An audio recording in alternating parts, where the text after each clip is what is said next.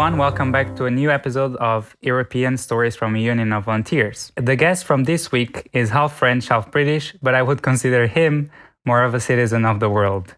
He grew up in France and Switzerland, and when he graduated from high school, he took a gap year and traveled through Latin America and Asia. He has then studied European studies in London and did Erasmus in Spain. Now at 27 years old, and after some years of work, he's currently doing an ESC project in Geneva focused on helping asylum seekers. Timothy Kingsman, thank you for joining us. Thank you for having me.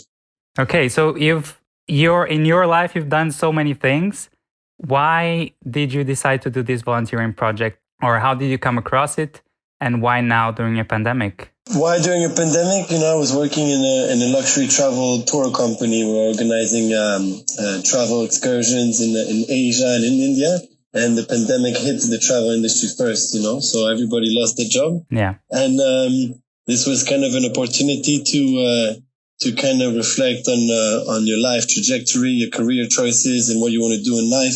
I was very happy in this, but I've always wanted to work more with migrants and asylum seekers, because it's something we can't deny. It's happening more and more around Europe.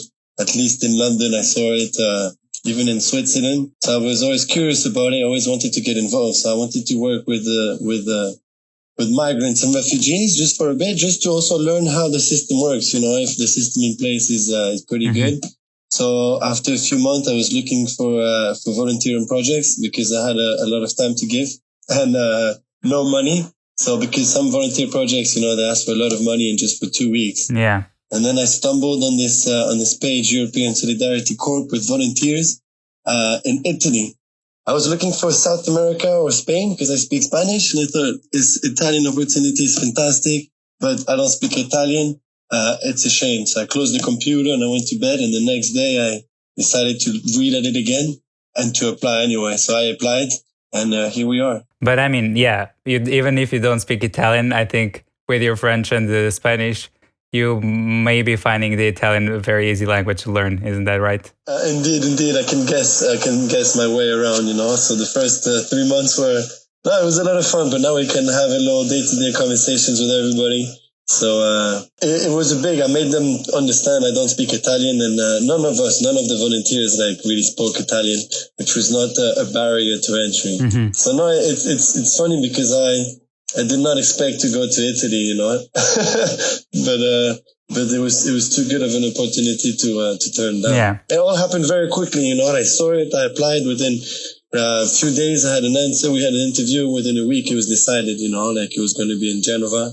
I knew nothing of Geneva, the city I live in now. Mm-hmm. So I just took a leap of faith. It was just seemed like, it wasn't about the city. It wasn't about the country. It was more about the volunteering project. The project itself. Yeah. And was it easy to get to Italy, or when did you start your project? And was it easy to fly to Italy during this period? Yes, no problem. Very easy. I was in London before I actually had Corona, so I was in the flat. That's when I applied, and I started in October 2020.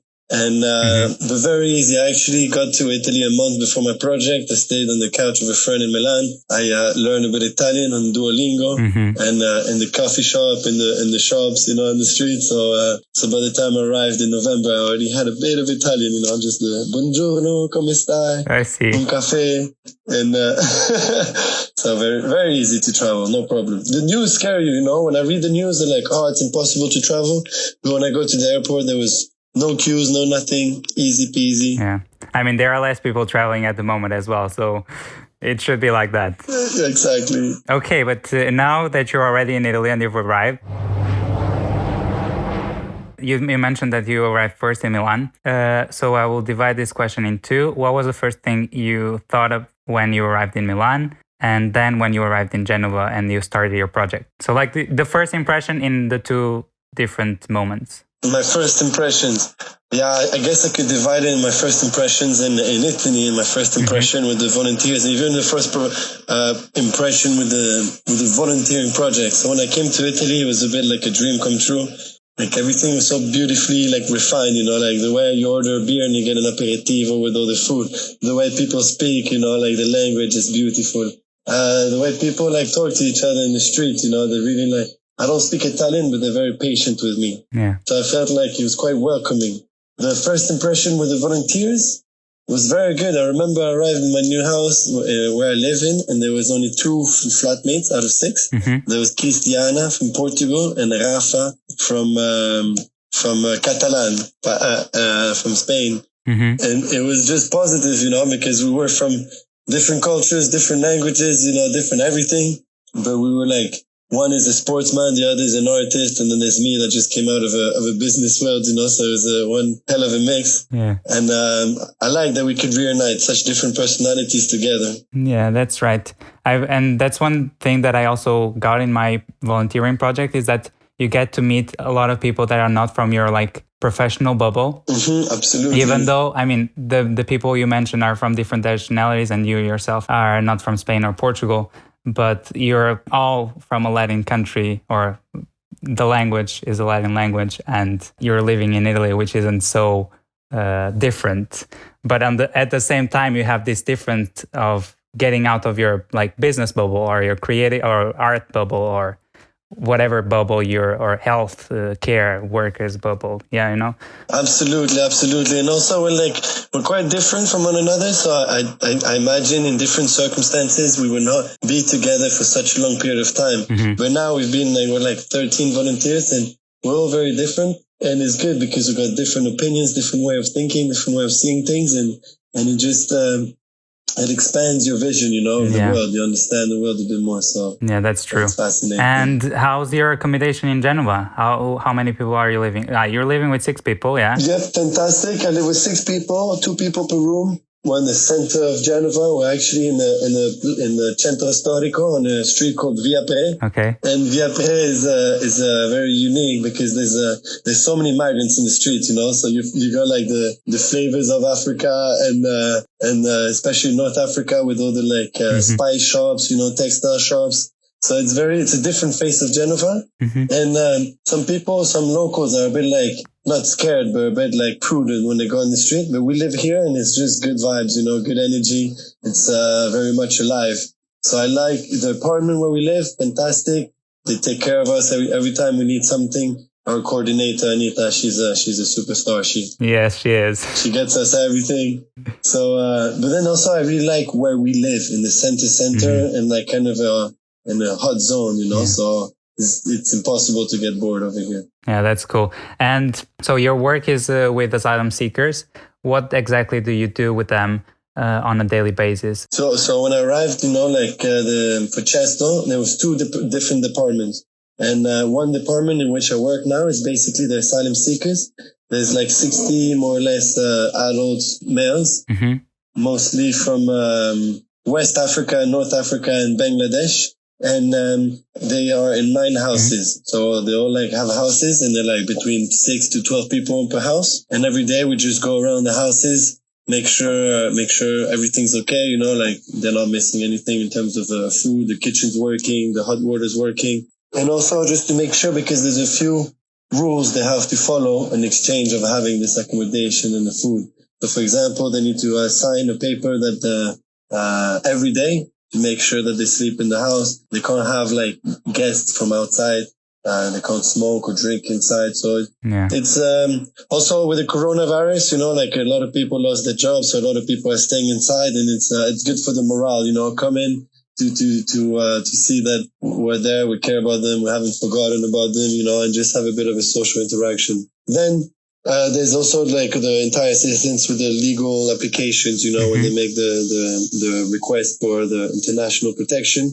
Sometimes they don't speak the language, so we find them translators. We give them some help. If the demand has been rejected for whatever reason, we get involved with a lawyer who can try again. And then there's the whole sanitary side of the project. So for example, people have stomach problems, back problems, we accompany them to the doctors and make sure, have the basic human rights. And so it's a very stimulating job, because I'm not sitting in an office all day, in the streets in the city, going from house to house. And it's wonderful because now you get to know everybody from the city. It's a pretty small city, Geneva. So in the street, and you see some friendly faces, I really like where I work and what I do. Sometimes I can't really help in the legal application of papers, but what they have to do is waiting. Yeah. Because theoretically, when they arrive, they have 6 months to make their request for papers, and then 6 months later, they get a reply.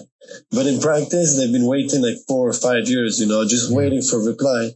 So when you wait for so long, it's easy to get a bit depressed or like despair. Or demotivated, yeah. And you're there for the morale and helping them get through those times. Well, I like to see it that way for sure. I'll just go in, see a friend, a new face, bring new energy. And if we could organize activities, go out, play football, go to the sea, do some music. Now with the COVID, it's difficult, but that's kind of the plan, just do... No, it sounds like a very rewarding job that you're having at the moment.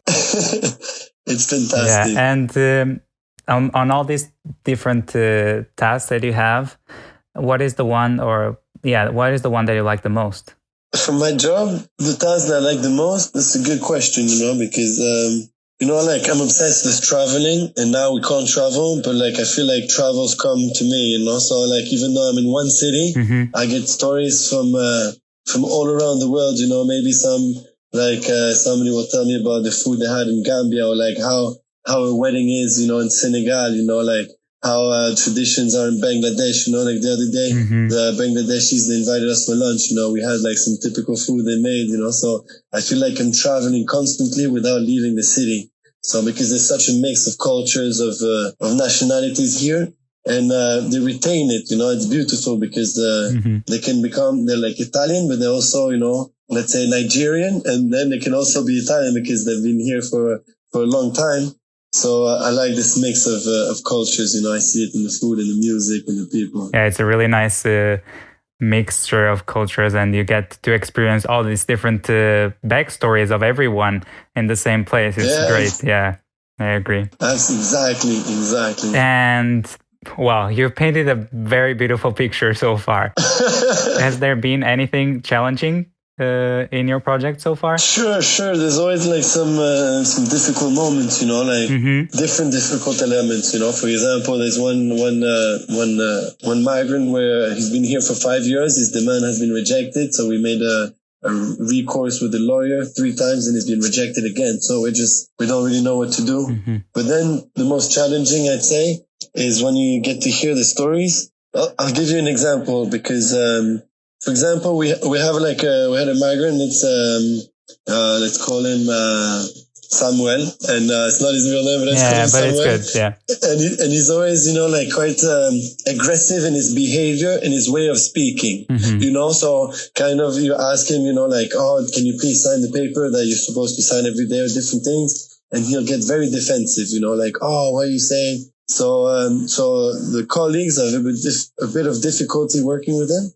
But then when you read his story, his application to come here and the reason why he left his home, it always brings a new perspective because it's very emotionally tiring. You read the stories and you understand where they come from. And if you read too many of these stories, if you listen to the stories, if they trust you enough to tell you face to face, why they're here and how they got here, it's very, sometimes, they had to overcome some tragedies and some very difficult situations. So I've been told, you need to separate emotions, find the right balance, the right equilibrium, because otherwise you're just going to drown. And it's pretty sad. But what I wanted to say is I learned from it because you can see it from a different light. So the person who was very aggressive, I got to understand how he lost everybody and everything, and how he's in Italy. He doesn't even want to be in Italy. People are like, oh, why did you come to Italy? He's like, no, I was just running away because he was in danger in Libya. So immediately you don't see him as an aggressive person anymore. You see him as somebody who's scared. Yes, I see. Who's scared and confused and a bit lost. So no, it's very stimulating, but emotionally, you have the good times and you have the difficult times. And I can't even begin to imagine what they went through, but they make you understand the stories. And the positive light is that they all made it here, yes. Those who are here. So whatever story, however bad it is, they're here. Yeah, it is not easy. I mean, I guess you and me, we've had it easy so far, but a lot of people don't, and it's difficult to manage how to deal with these emotions, and that people tell these stories, and you've never heard something like this. So it must be challenging to overcome it and to deal with all this hardship. I'd also like to add, sorry, so for example, like one of my colleagues, one day she was a bit, she wasn't rude, but she was very quick, like she was not patient like she usually is, with some of the migrants. We call them the guests because they're the guest in the houses, the hospiti. So one of the hospiti, and I was thinking to myself, like she could have done that a bit better. She could have been more patient, more understanding. But I learned to know like a week later that her dad just died from cancer. So it kind of reminded me that, everybody has their own battles to fight. And most of my colleagues, they have their own stories. It's not because did not escape, a war in their country and go through Libya and through different journeys that they don't have difficulties. Everybody has their own challenges. Yeah. And it doesn't matter where you come from. It's important to remind yourself that, nobody, life is not pink for everybody, at least not all the time, so wherever you're from, it's good to I try to remind myself this, to be a bit more patient and understanding of people, like why they might act the way they act. Yeah. No, yeah, I agree. All right. So let's try to leave this more grim part of our conversation, but very important. And so now I would like to ask you to imagine that you're at dinner with some volunteer friends or some other friends from your home country. They want to hear more about the volunteering experience, and they ask you to tell a crazy story. So, do you have a crazy story so far from your experience? It's a really difficult question because there's so many stories I would like to share. But I guess it's more successions of events, rather than one particular story. So as I said before, I travel through other people's and I travel through other people's stories. So for example, even the other day, like yesterday or before yesterday, like every once a week, I work in Accommodation. It's basically like a house for minors, non-accompanied minors. So there's 16 teenagers that are there, and like I go there, and there's one teenager from Nigeria called Sunday, a really cool guy, very like positive, energetic, motivated, and he just arrived from Libya in November, and he was telling me about how he was trying to get to not to Italy, he was just trying to leave Libya, so he went on the boat and he tried more than 8 times, going these little shitty boats that like somehow they get stuck by the Costa Guardia, and anyway, they keep trying. And he just kept going about different stories and all these adventures, and that was just a Tuesday between 2 and 3 people at 3 p.m. I was just listening to one person telling me these stories, and it was just crazy. And that's it all day, every day. Like these people, they go through so many stories. You could make a movie, documentary series, write books about these people, like make the voices be heard. So, the crazy stories have not been mine, have been those I work with. Nice. Yeah, it's good that you also get to experience the lives of others through the stories that they tell. Okay, so now we're reaching the end of the episode. So thank you so far. And I have prepared some quick checkout questions. So first one, if you could describe your project in one word, what would it be? Formidabile. Fantastic. Formidabile. All right. Then second one, what is one thing that you expect in the next months of your volunteering projects? Maybe I'm a hopeful with the situation of the COVID to go down. So I'll give you an example. On the 24th of June, I think the date is 24th June, it is the International Refugee Day. Okay. So on that day, we get all the refugees together, the people I work with, the people my colleagues work with, so like the families, the kids, everybody. We go to the park, we make some games, some barbecue, play some volleyball, some football, we're by the coast, and it's supposed to be like a splendid day, like incredible day. And it really boosts everybody's morale, and it's beautiful. We're locked in the houses with the COVID, we have to wear the mask, we have to keep our distances. Yeah. So we're making the best of a bad situation. But I really hope, like everybody else, that when the summer comes, we can go out and bond more with the hospital, because I don't want to be like, hey, did you do this? Did you do that? Did you do this? I want to get out of the house, have some good time, forget about the papers you're waiting for, forget about the problems at home, let's just be in the moment and be happy. So, That's what I expect to arrive in the next few months. I hope you can do that, because if you do that, it's probably a good reason, or it probably means that we're also good in the other countries, and we'll probably also be able to do the same. And third question, what does solidarity mean to you? What does solidarity mean to me? I could just throw in a synonym, I guess, like companionship.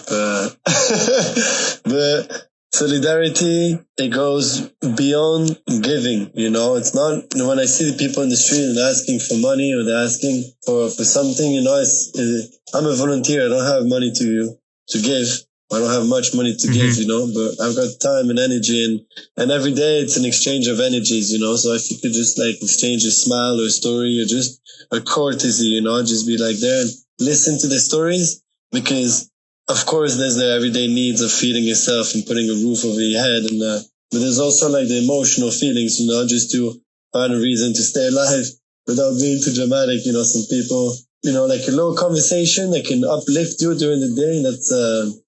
That has tremendous power. So it's that's what I would focus on in terms of solidarity, keep everybody happy, look after one another. Thank you. Last one.